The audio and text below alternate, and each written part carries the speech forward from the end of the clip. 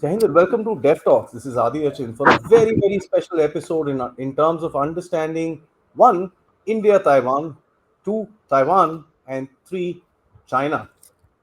I have a very, very interesting and very, very special panel who's agreed to join me to help us understand that. And it is from, I would say, a far, far friend who's becoming a close friend today from Taiwan. I have with me Dr. Wu, who's an assistant research fellow in the Division of Cyber Research and Security and Decision Making. I have with me Christina Shen, who's an assistant research fellow, Institute of National Defense and Security Research.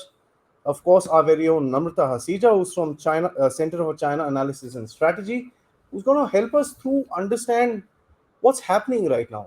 There's a lot of changes, if I may, that have happened in China. There are statements coming out about Taiwan and the entire security paradigm for this particular region. Welcome, all of you, and I'm looking forward to hearing your perspective and your views as to what is happening.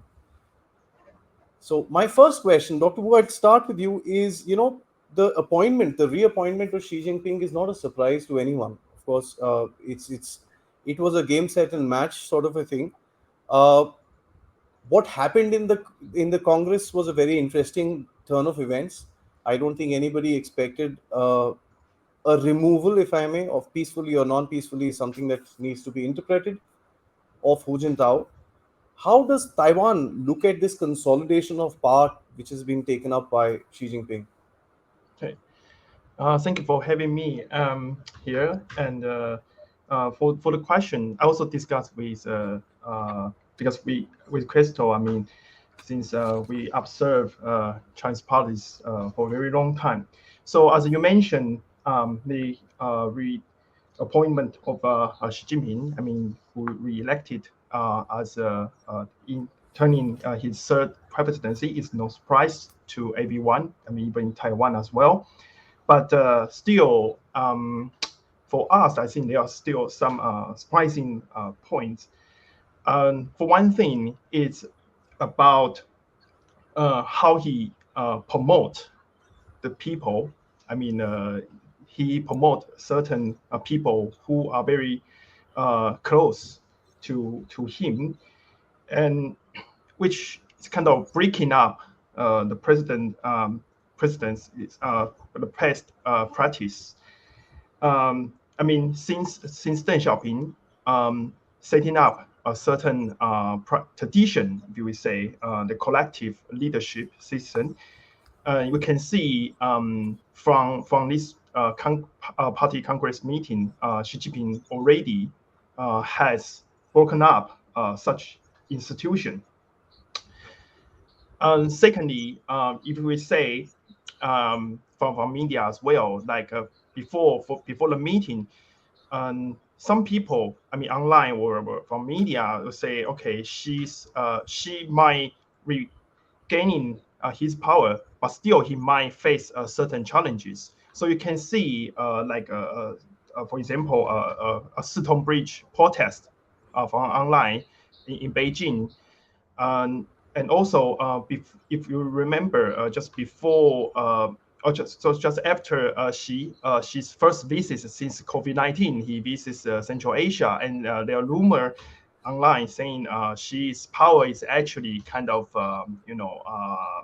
losing in a way. But just after this Congress party meeting, you see he's gaining control everything, and even destroys. If you say in the past, there are some parties within the Communist Party, but now there's only one party who's Xi's party in the Communist Party. So from this side, you see Xi's power is gaining much stronger. I mean, some people even equate his power to Mao's power.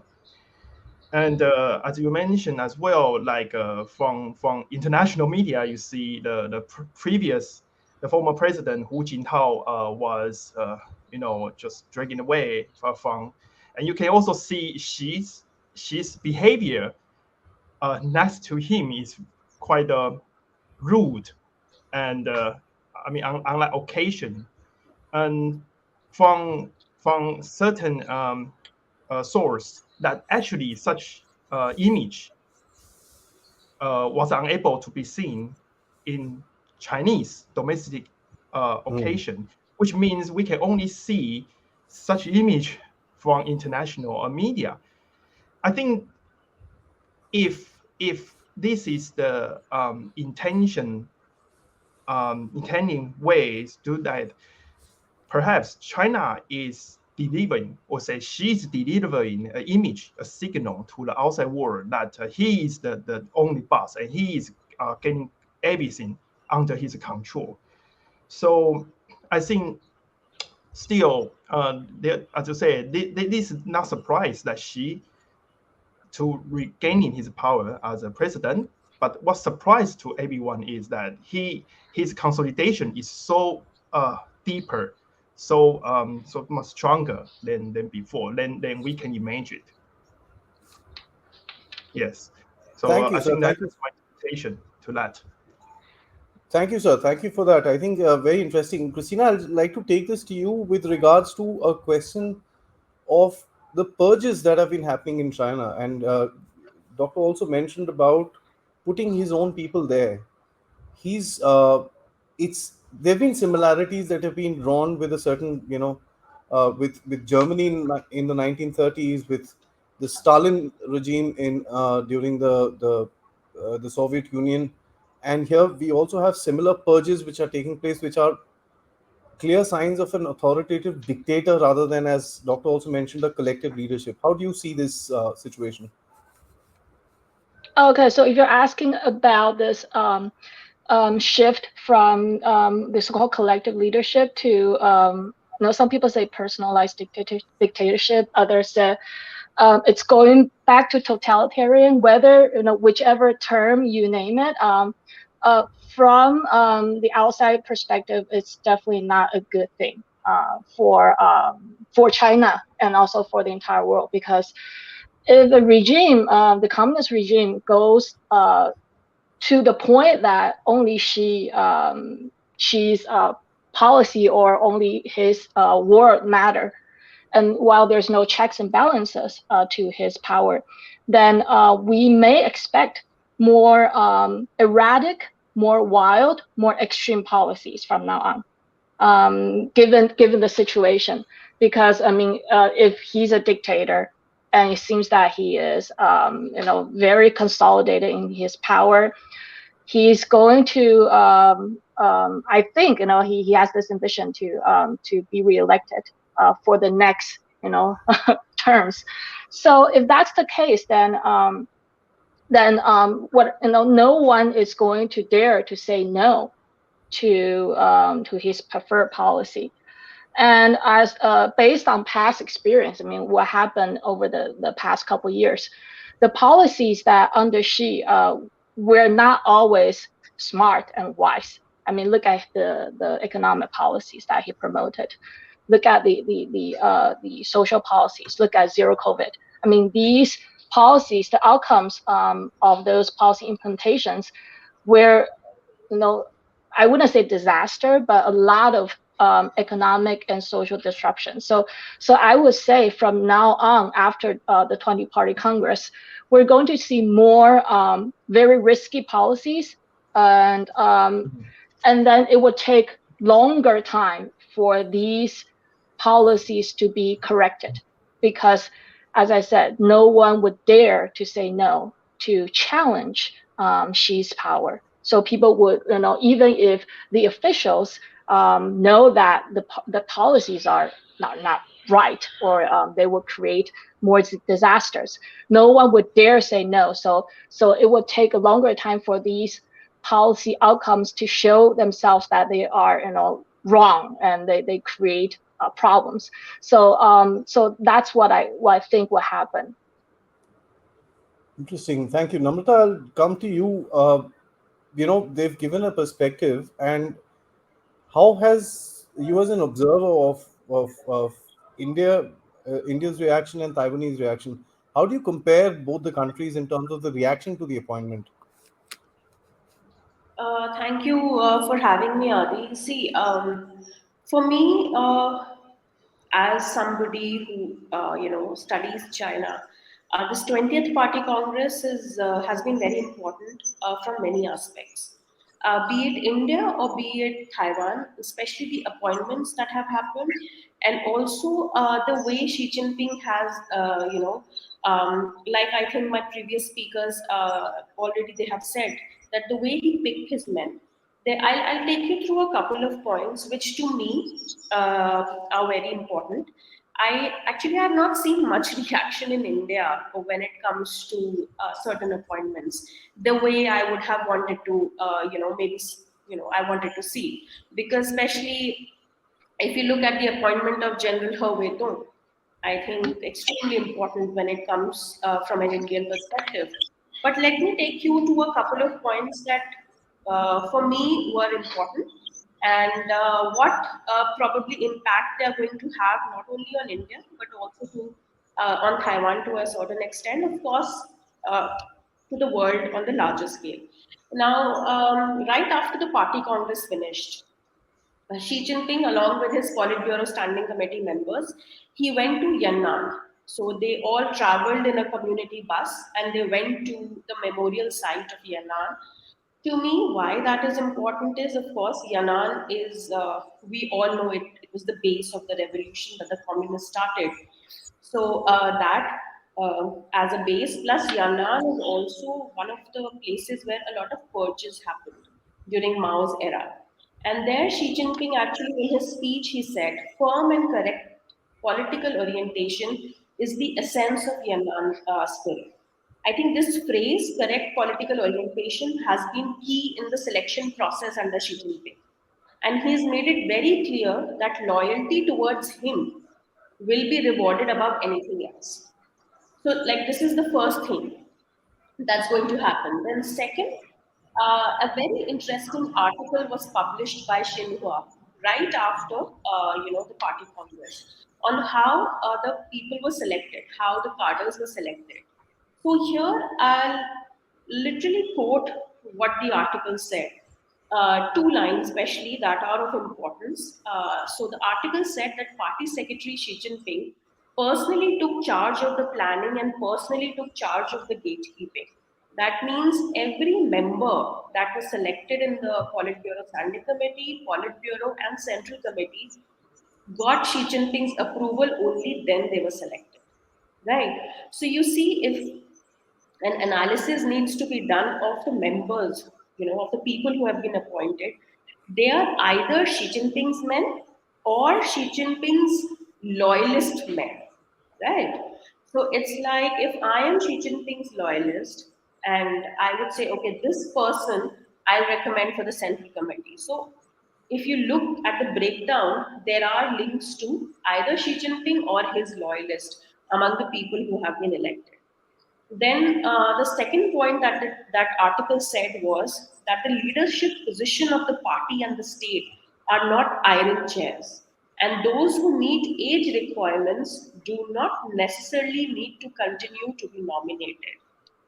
So, what is important?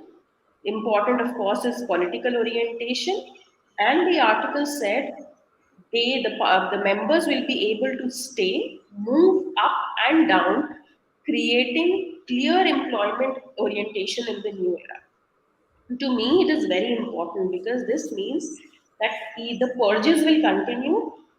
Anyone who's been appointed now can be either moved up or down depending on how he behaves or how his political orientation is or loyalty is to Xi Jinping after being elected.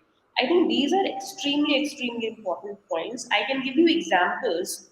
A CC member who's Wang Chunzang, he is a CC member and party secretary of Tibet. Now, he has worked under Li Hongchun, who's Xi Jinping's ally. Okay, so these are a few examples. I can give you more as to, there were that people either who were loyal to him or his loyalists have been appointed.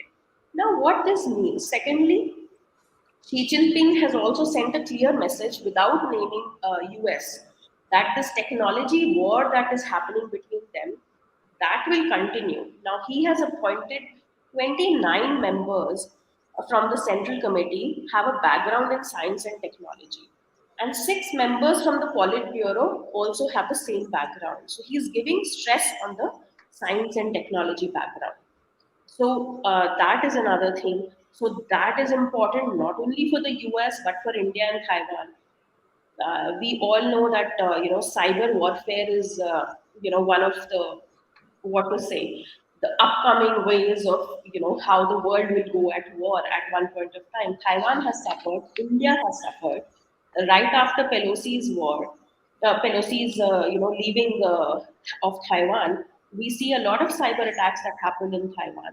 In India, we have seen continuous cyber attacks from either Chinese groups or IP addresses that belong to China. So this is another thing that's going to happen. The third is that He Weitung. He Weitung is extremely important. Why? Because he's been appointed. He was the commander of the ground forces when Doklam crisis happened. He was also, in the Eastern Theater Command. And in fact, there's a report that was published in the South China Morning Post that he is responsible for planning the military drills around Taiwan after Pelosi's visit. So he's someone that has been appointed. He was not part of the 19th Central Committee, and directly he's got promotion to the Politburo this time. So this is an important appointment, and this has direct implications for Taiwan and India. Then Sai Chi, Politburo Standing Committee member, he has strong links to Taiwan. I think both my speakers would know better than me that he has links with politicians in Taiwan, and he has also visited Taiwan in 2012. In fact, when official channels are closed between Taiwan and China when it comes to cross-strait relations, he has been meeting quite a few Taiwanese politicians. When he was even the mayor of Peking, he was meeting them. Then Wang Huning is another person who kind of proposed a political strategy against Taiwan to Hu Jintao back in 2005. The only member who's actually survived Jiang Zemin, he survived Hu Jintao, and he's with Xi Jinping. The only one, who doesn't have direct affiliation to Xi Jinping, but still in the Politburo Standing Committee.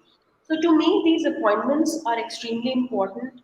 What message Xi Jinping has said when he speaks about the winning local wars, what does he mean by winning local wars?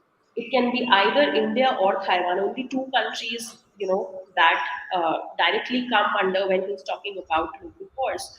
So I think even his speech, his appointments, all these things have a direct implication for India and Taiwan, as I look at it. Thanks, Amrita. Thanks for that explanation. I'll take the next question to Dr. Wu. My question to you, sir, would be very simple. Uh, and Christina actually hinted towards the internal situation within China. You've got zero COVID, you've got common prosperity, you've got a sanction war pretty much, and Namrata, you mentioned that a technology sanction war which is on, and China's growth. As a matter of fact, we've seen in the last month, although very slight, but a dip in exports. I mean, here's a shopkeeper who's losing customers. Uh, how do you see this impacting China's overall capability in the next 3 to 5 years? Or let's just talk about the next term of Xi Jinping, sir. Okay, so you're asking about the impact of zero COVID policy and common prosperity, and these two policies or these two are actually directing to different seeds and also contain different meaning and essence as well. But however, if I put them together, first of all, I would like to use a framework or concept of a sense of uncertainty uh, to analyze such issue. Um, Zero COVID and a common prosperity has already brought a great sense of uncertainty um, on, I mean, practical aspect, which I mean the relationship between central government and also local government. What I mean is because the central government insists on zero COVID and the local just received such policy, and by committing such policy, you see there are a lot of protests from civil society, and the government just keep saying that our policy is correct. I mean, given the perhaps given the first year in 2020 experience, that the government just insists on the correctness of this policy, and the local just continue committing, and then still you see it's less flexibility than before, and then the people keep complaining about such policy. And another sense of uncertainty also occurs among people because the zero COVID policy. So now you see from media that people sometimes they are afraid of going outside or even doing travel across a province because they don't know if they go out and then when they can return to home. From news, you see like a coastal department store in Shanghai that people just go to buying stuff, and then there's a news saying, okay, we have a case here, and then the shop just suddenly shut down, and then people just start moving out without paying or whatever. I mean, so what I mean is this has already brought a very great panic for people. And also, with regard to common prosperity, people also feel uncertain because they wonder if the society will go back to the socialist era, or like the Cultural Revolution era. Because they don't know. I mean, after the reform and opening up, so the government says, okay, we allow a part of people to become rich. But now you see such slogan of common prosperity, people wonder what the government would like to do to us. Well, I mean, the essence of this slogan is quite redistribution of money, which is quite common. I mean, even in Taiwan, or like any social democratic country, or like North Europe, that people just redistribute and the earning, and to make the society become equal.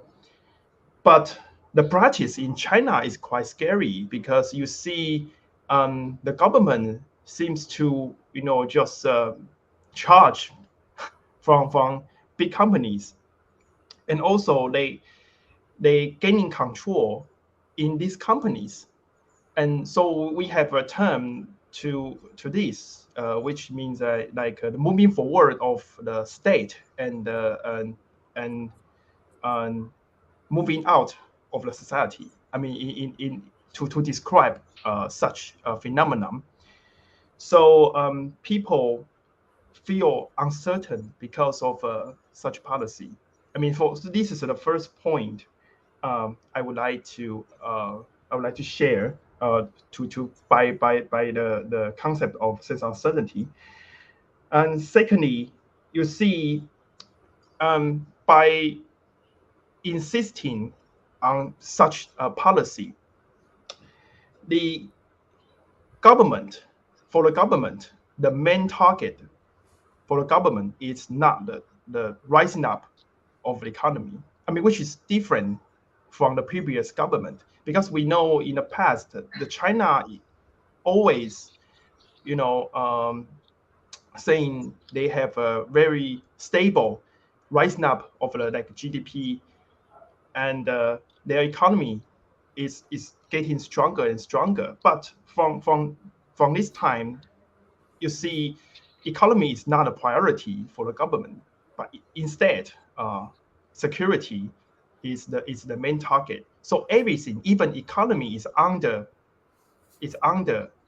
security objective, and still we don't know um, what I mean in the future, in the next 5 or 10 years, China will go. But we see Xi Jinping has his will, and he has utilized China's existing capacity um, to commit such goal. And he would like to. I mean, since 2018, Trump started the trade war, technology war with China. Then people wonder if China would have certain changes. I mean, maybe it's not. We will not say surrender to the U.S., but perhaps the Xi Jinping regime might have a certain adaptation to Chinese policy and so on. But based on such policies, you can see the spirit from these policies behind is that the Xi Jinping would not be afraid of, fighting with the U.S. And so, just given such phenomenon, we'll say the impact on Chinese society is that the decrease of the economy, and moreover, that will affect the growing up and continuity of the Chinese society. But still, we see Xi Jinping is insisting on this direction. So in general, I would say the society is facing a great uncertainty as well. And for the world, it is. We face such uncertain China. So that's what I have. Thank you, sir. Thank you so much. I think that's given a very good perspective. Christina, I'd like to take this forward to you. The Chinese Communist Party Yeah. has a very thin social connection between him and them and their people. It's sort of a deal. I'll give you prosperity and you give me your freedom. What Dr. Wu just described to you is a complete violation of that agreement between the CCP and its people. How do you think that is going to impact in the future? I actually agree with Dr. Wu. I mean, you mentioned the CCP. I mean, there's constitution or the law, the spirit or the goal of the party is to provide, to help out the workers and the common people. But in reality, I mean, based on history and even from Mao until now, I don't think that is the case. And I think from the outsider's perspective, we used to have kind of hope that with China opening up to the world through its market reform and economic liberalization, that China is going to change to as it became more engaged and having more connection with the world, that through its internal market liberalization, that will bring forth more political liberalization. We used to have like even I kind of had that hope, but I think ever since Xi Jinping came to power, that hope has kind of diminished. And with this outcome of the 20-party Congress, I would say not only I, but I think most observers of Chinese politics will agree with me that there's really no hope, because referring back to the domestic economic and social problems, I think there's a lot of problems that the CCP has to face now. If we're talking about GDP growth, I mean, early this year, they set the target to be 5.5% growth. And even that is kind of modest. But now, like we know, the actual growth is much lower than 5.5. And they are forecast saying that 2023, the expected GDP growth for China is going to be like around 2.8%. So I mean that's pretty low, and not to mention, I mean, problem of unemployment. and especially college students, who graduated or about to graduate. There's a very, very high level of unemployment, youth unemployment in China. I mean, I think the figure is almost 20%, almost 20% of unemployment for youth, for young people. I mean, and that is very, very depressing. I think, and given the current situation in China, with the economy being so sluggish, I don't think the unemployment situation is going to improve in the near term, and that really has to do with this insistence of policy directions, as mentioned by Dr. Wu, because I mean, Xi Jinping, now that he has the power, and he surrounded himself with, loyalists, or people who mean trust. It's very difficult for us to see a U-turn in the current policy direction. So talking about zero COVID, there, there's media reports about the possibility of the CCP relaxing their zero COVID, but then there's also reports that refute that claim. So I don't think China is going to relax its control, the quarantine controls anytime soon, and that's going to have a very strong impact on Chinese economy. And talking about common prosperity, yeah, I mean, Xi Jinping is very adamant about that. He's, insist on implementing common prosperity. He believes that's the way for China to resolve the problem of inequality. And he actually believe in that. So I don't think those policies will change in the next 3 to 5 years or so. So given that, it's going to have a negative impact on Chinese economy. And with that said, it's going to create more economic and social problems. I mean, we're already seeing not just people inside China staging protest, even though, I mean, from outside, it's very difficult due to the censorship. So it's hard for us to know what's really happening inside China. But, foreign companies, multinational companies, they already, if they haven't left, they are definitely thinking about, getting out of China, because, this uncertainty also, plays into their mind. I mean, doing business in China is becoming less and less viable because of the policies. It's making business operations, factory operations much harder.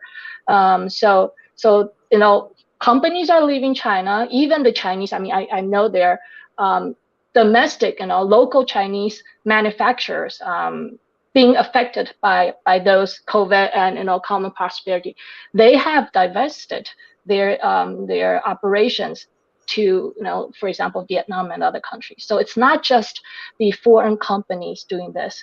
The local Chinese companies, they also, thought the environment in China to be, not so stable, to the point that they had to shift their investment elsewhere.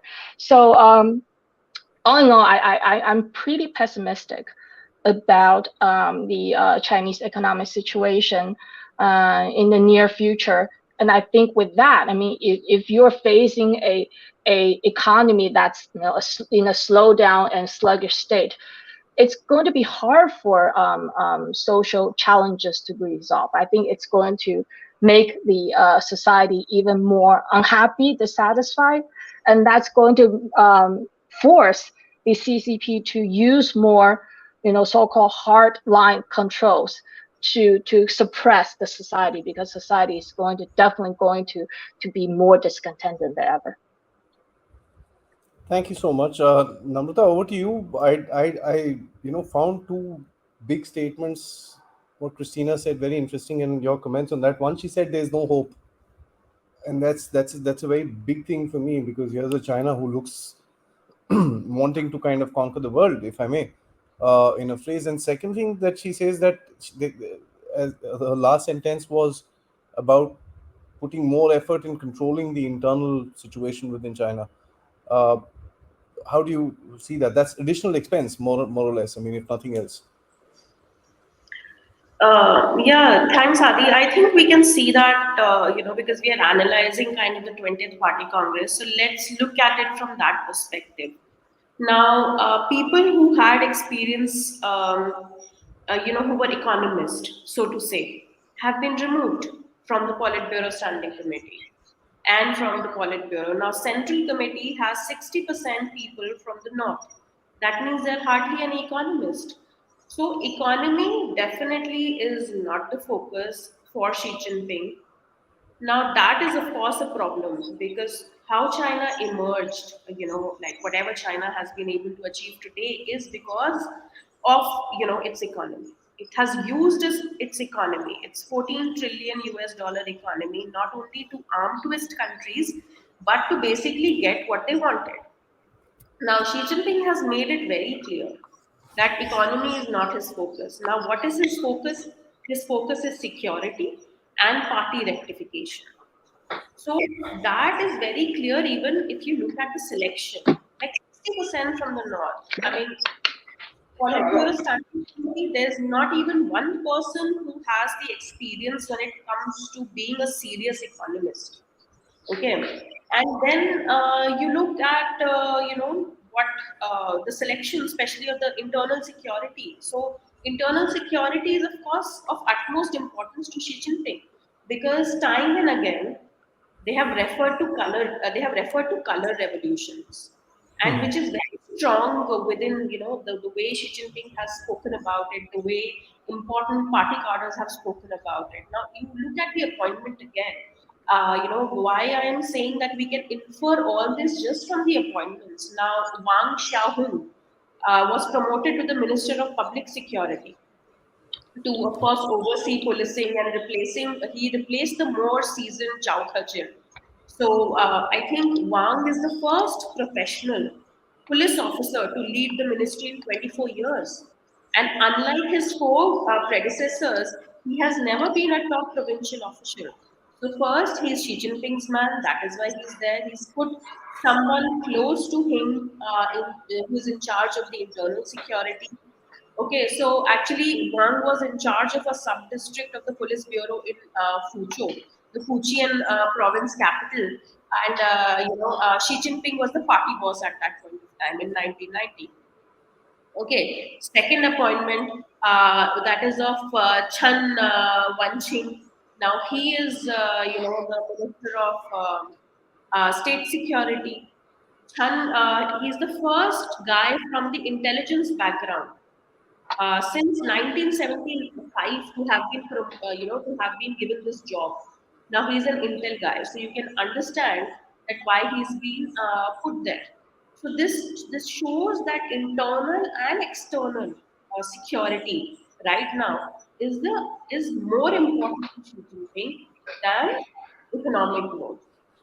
Okay, because Xi Jinping clearly said in the 20th Party Congress work report that no more window of strategic opportunity, and he spoke about the international environment being very rough. And then internally, he's 哎，是的，是。但是现在的题目到底是那个，是，我到底是想。okay. So I'll just continue.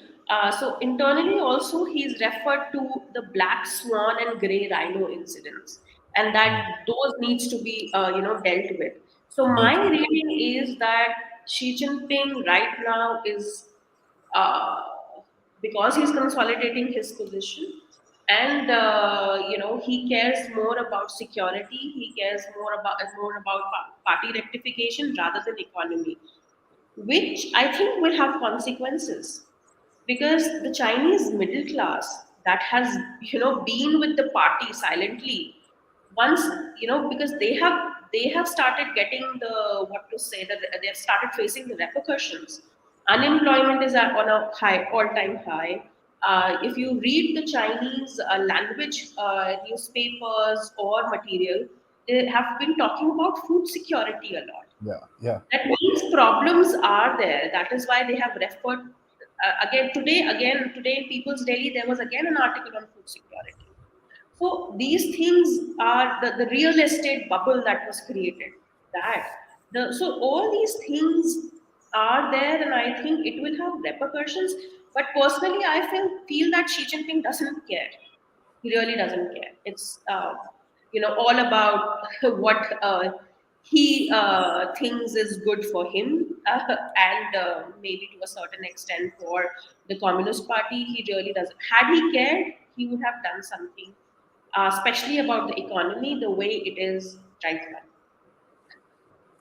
Thanks, Namrata, for that. I mean, I take one very interesting thing that you said, and I mean, I'm going to put in my own words, but I'll take it from you. China is basically twisting its own base of power, which is its economy, which influences its position in the world. So it's basically cutting the branch that it's sitting on, uh, if that's what you kind of try to influence, and that's very interesting to me. Uh, Dr. Wu, I'd like to come to you now about the PLA. Coming towards, we've spent about 40 minutes talking about this. I think the PLA deserves the last part of our discussion. Uh, there are talks about, and the U.S. Naval chief said that the timeline for this so-called attack that the Chinese have been planning on Taiwan has come forward. There are discussions about people saying that this is now going to be by the end of this year or early next year or by the end of next year. This is one aspect of it. The third aspect of it saying that the aggressive position that has been put forward by China in terms of the normalization of crossing the line, which has happened already, especially after Nancy Pelosi's visit, is going to be more and more and more and more. So the China's Taiwan plan, if whatever they have, has come into force. Uh, and also, Namita also hinted towards this that the two generals that have been put up in the CMC both have either experience with India or Taiwan. How do you see this entire thing, sir?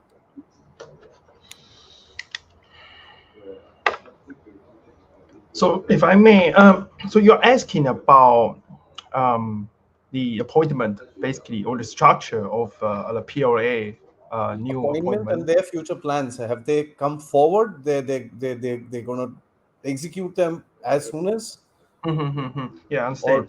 or Basically, I mean, this is the very broad question. But if I may, I will answer from appointment of this Central Military Commission first. And from the list, you see at this time they are the structure is Xi Jinping, as the Party MC chairman, and then there are two vice chairmen. One is Zhang Youxia, who remains in his position, and he's 72 years old, and he's from army, and his experience in China-Vietnam War in 1979 also has experience got in 1984 Battle of Laoshan. And the second vice chairman is He Weidong.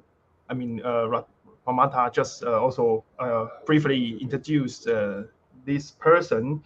He is now 65 years old, and previously he served as the Eastern Theater Command. And people say this time when Pelosi visits Taiwan, what the military exercise was proposed by him. And his appointment is actually quite surprising to many people because he's kind of breaking a lot of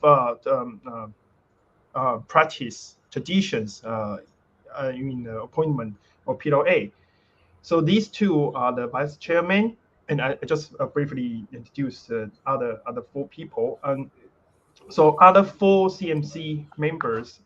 So one is um, the the minister from Joint Staff Department, who is Liu Zhenli, who is quite young, just 58, and he has a background of police army. And another is Li Shangfu, who will serve as the new Minister of Defense. He's taken aerospace guy. He, as Ramata says, at this time we see Xi Jinping appoints a lot of people from science background. This is the case. Li Shangfu, he served as a PLA strategic support force, which is new unit established since military reform in 2016, and most of his military service time it is about the aerospace area. Interestingly, because his previous experience, having a certain military trade or interaction with Russia. So this new minister has been sanctioned by the U.S. So his appointment might set up certain challenge or some risks in the future when China has certain military interactions with the U.S. or the Western countries. This might be an issue that we can observe. And then Miao Hua, and Miao Hua is from a political war department, and the last guy is Zhang Shenming, who is from the Discipline Inspection Commission. These two, based on their appointments, people you just analyze that they are from just quite political work department. Okay, so by saying this background, there are some implications here. First of all, we see Xi Jinping broke up tradition of appointing military PLA personnel, and what he focused is not by their in the past it's more like capacity generation, but now he focused more on stability maintenance and loyalty to Xi Jinping, and also the relationship with Xi Jinping. So you see these guys either has a certain family history interactions with Xi's family, or they might have a certain work experience with Xi Jinping. So people say, okay, this part of this guy are from Fujian province. So they say, okay, that's emerging, growing Fujian party within the party. And technology is also one emphasize, but this might be related to Xi's objective in the future. So this is the network, the implication about the network, how she promoting such people. Secondly, you see such structure of new PLA leadership suggests that she kind of focus more on military experience. So you see, there are like Zhang Youxia, he has experience in military, and we know that after 1980s, that China actually does not have practical military experience with other countries. So these guys, this group of people are quite rare, and so, but still, moving to the current world with current era, like technology has evolved so fast.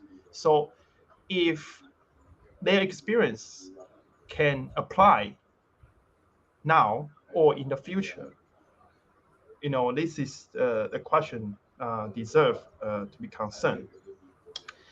Okay, then just based on the structure, you see these people are from army, from technology.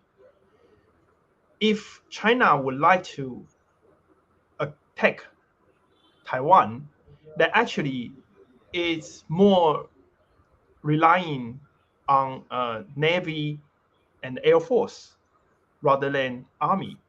So people suggest, by such this or by such commission, it's like Xi's main purpose is still on internal forward.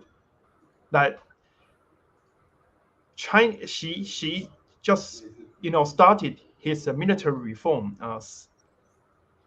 since 2016. So he might still would like to continue such reform. So he promote people from army. So this is also one implication if we can observe from the structure. And I think, however, that's one phenomenon just happened yesterday when um, Xi and his new leadership from PLA when they visit a military camp, and he delivers that in the future the whole PLA should focus on fighting. And just before yesterday, people might wonder, by such appointment of a PLA commission, he might just focus on internal. But now I'm not really. I'm sure if he might, perhaps this is just a statement or just a slogan. But since 2012, when she winning power, taking office, then military is one of his focus. And the slogan of a PLA is, like listening to the party and fighting. And in the past, I thought this is just kind of a slogan, but since yesterday, I mean, he might really, put into force in the future, but we don't know when. And just back to your question as well, that the situation between China and Taiwan is uncertain, and especially since the outbreak of Russian-Ukrainian war, people started being aware of the situation and the risks of a war might happen. Then Xi's appointment of this new military commission, whether it will only focus on domestic direction, or afterwards he might shift the direction to Taiwan or to the neighboring area. What this might happen in the next 5 or 10 years, or maybe longer. But still, this might be a direction. So I would think his appointment actually leave a lot of new question to the world, and that might deserve because the main appointment is still ongoing, and he's keeping promoting new people and appointing a new person. And so right now we can just analyze about what we have observed. Yes. Indeed, sir. Thank you so much. Christina, over to you. How does the person on the street in Taiwan today look at China's aggressive behavior, especially the build-up of the aggressive behaviors after Nancy Pelosi's visit that happened recently? What is the reaction from the person on the ground? The older generation, the younger generation. Of course, Taiwan being an open country, a free country, a democratic country, there is an opposition as well, which kind of favors the other side in certain cases.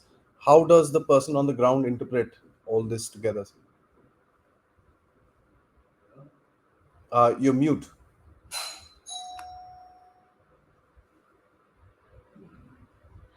Okay, so well, first of all, I think the general public sentiment in Taiwan is that, you know, to be honest, I think most Taiwanese are very used to this aggressive behaviors from China, because it's not just the the aircrafts trying to trespass the ADIZ, or nowadays they are redefining the so-called middle line. It's also threats from other fronts. For example, China has been very aggressive in terms of squeezing us out of the diplomatic space, denying us entry to international organizations, or trying to befriend our allies, so that our allies will defriend us in Taiwan. So China's been using economic coercion, things like sanctioning fruit imports or agricultural products. So people in Taiwan are very, very used to the constant coercion and threats from China. But ever since the war in Ukraine happened, I think there's a kind of a slight shift in the public sentiment. Even though we are still, very used to the situation, we kind of living in this constant threat. But I think after the war in Ukraine, more people in Taiwan are realize that, oh yes, if the war in Ukraine can happen, because I mean, before the war, very few people would have predicted that war would happen. So I think it posed a shock to not just the entire world, but us in Taiwan. So more and more people in Taiwan, realize that, a war, a conflict, military conflict could actually break out in the Taiwan Strait. And this Nancy Pelosi visit, I would say it greatly, increased Taiwanese public awareness, and this feeling that we are not only aware of this threat, we need to do something about it. So from the civil society in Taiwan, we are observing civilians, young people, to ask if they can do something to defend themselves. So people would enroll in those camps, training camps, training classes that are not that they have to pay for those classes, and those training camps are pretty popular nowadays. And we actually at INDSR, our institute, we have surveys. We track public sentiments about military and security affairs. And what we observed is that before the Ukrainian war and after the Ukrainian war, the public determination to defend ourselves hasn't changed. So I think that's a good thing, because there is a worry that if a conflict in Ukraine happened, then people would draw that parallel connection between war in Ukraine and possible war in Taiwan, but people would react by saying, no, we don't want war, so we want to talk with China, we want to surrender.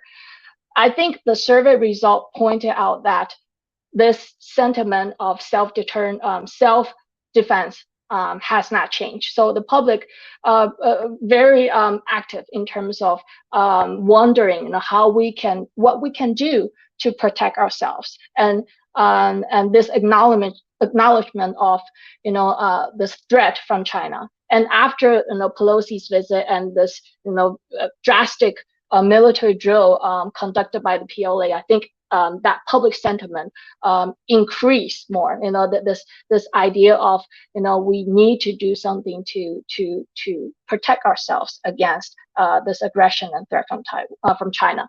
So there, I think there is a shift in the internal public sentiment. I think in a positive way.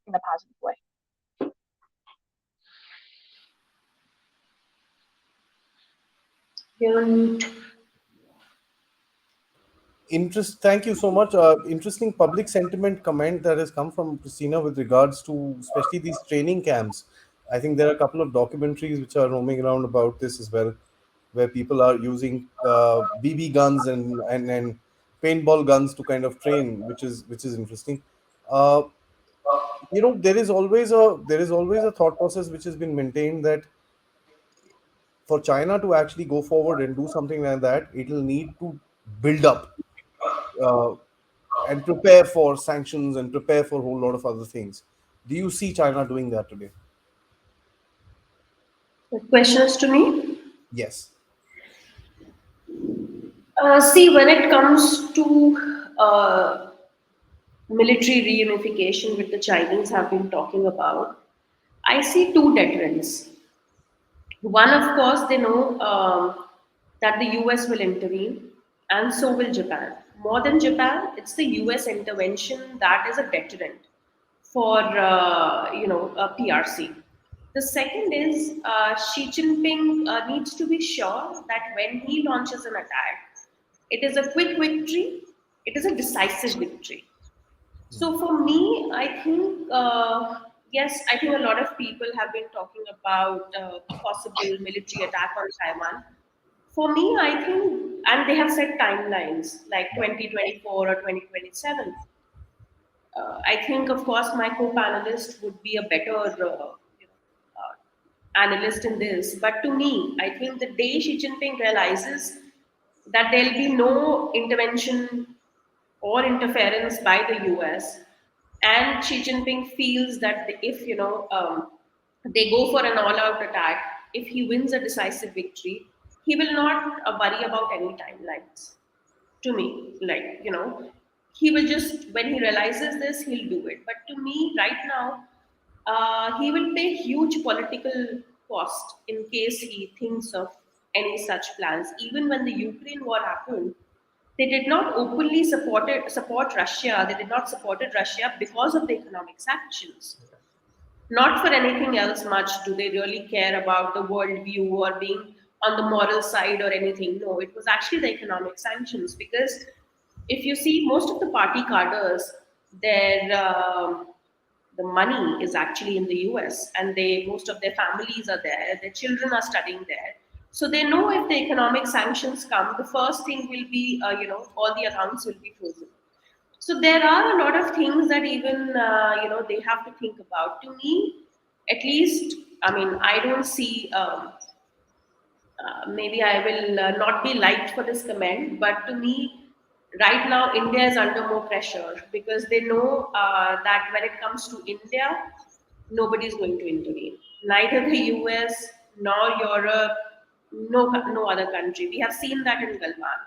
We just had mere statements from a couple of countries, but no country openly supported India, and we know that nobody is going to interfere when the Chinese attack us. So for me, we are in a more vulnerable position to Taiwan because, of course, Taiwan faces daily threats. We cannot deny that.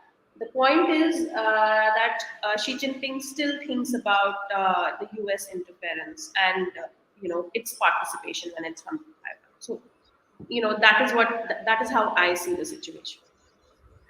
Thanks, Namrata. Thank you so much, all three of you. I'd just like to give you another 30 seconds to give a closing comment so that we can round up this discussion on basically talking about what do you see happening in China. I'd like to set a small timeline for the next about 45 days, and within which we should be able to come back and reanalyze our comments. So, what do you see happening in the next sometime in the short period of the next 45 days, especially with regards to its society, with regards to its position in the world, and the Chinese president is also heading for the G20 summit. So how do you think this whole politics of China would come forward? 30 seconds to all of you. Thank you so much. Dr. Wu, starting with you, sir.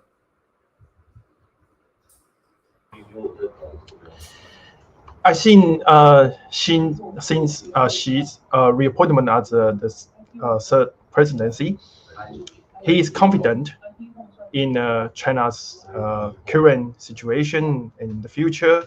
And from media, you see I mean, although we have different opinions, comments to China's situation, uh, he is very confident. So right now, you see, China is moving forward, and now we are facing, I would say, facing a very different world because since the uh, Russian-Ukrainian war, and whatever we have a different analysis in the current time. Now she's is increasing its relationship with Russia. So we say, okay, China Russia's alliance is kind of forming. So I mean, we are facing a very very uh, more violent or conflicting war very soon, and yeah, we just will see what China is going to do after Xi's new era, and perhaps there are some we have already foreseen, but more there are some unpredictable situation. Thank you, sir. Over to you, Christina. Your views as to what is going to happen in China in the next short period of time. There's going to be a lot of geopolitics, as I said. The whole, big, if I may say, the large leadership of the world is going to be assembling in Bali. A lot of geopolitics, a lot of statements. How do you see China looking at itself during this time? Well, as I said, I feel kind of pessimistic about the next 5 years, given the current political lineup in the CCP and with Xi Jinping having so much power. And there's going to be a continuation of the policies, and the hardline policies towards Taiwan will definitely continue. And even though we can't be certain about this timeline of a war, we still need to be very prepared. I think not just us in Taiwan, but India and also other countries have to be really, really prepared and really attentive to what's going on across the Taiwan Strait, because Xi Jinping may not be interested in a war soon, but it's always on the his mind and also on the top of CCP leadership's mind. I mean, so far they haven't really given up on using claiming that they would use force to reunify Taiwan. So there's also always this possibility. So we need to be very prepared, and we need to be attentive. Thank you. And Namrata, over to you. Thanks, Adi. I think let me be very brief. I would say more focus on internal security, but not only internal security. Like I said, countries like Taiwan and India will have a difficult time with China. And I think for me, India-China relations are not going to improve. They will continue. In fact, maybe we'll see something happen soon, because this disengagement is temporary.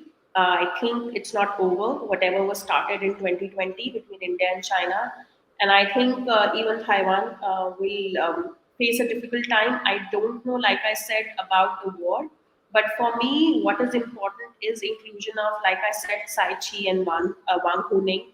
So I would see more. How do I say, attacks via soft power and sharp power by China when it comes to Taiwan. So that is what I feel is going to happen.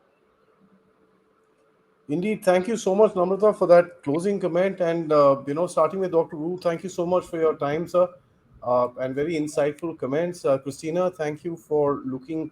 I think you've touched upon the people and the society more in this discussion, and thank you so much for that. Namrata, as always, thank you for collecting everybody and getting them together. And I'm going to be bugging you to ensure, and I'm going to say this on air, that both of you please do accept our invitations to come back and talk. It'll be nice to actually have this conversation more often, so that I could also bring in somebody from the Indian military to have a larger perspective and a more open discussion about China and how we look at China as, if I may, far away neighbors, and with probably the same common problem. Agree with your point that China is going through some distress. It is always have a tendency of outsourcing its distress, if I may use that phrase. So one has to be always on the lookout. Once again, thank you so much for joining me and this wonderful discussion. Till next time, thank you.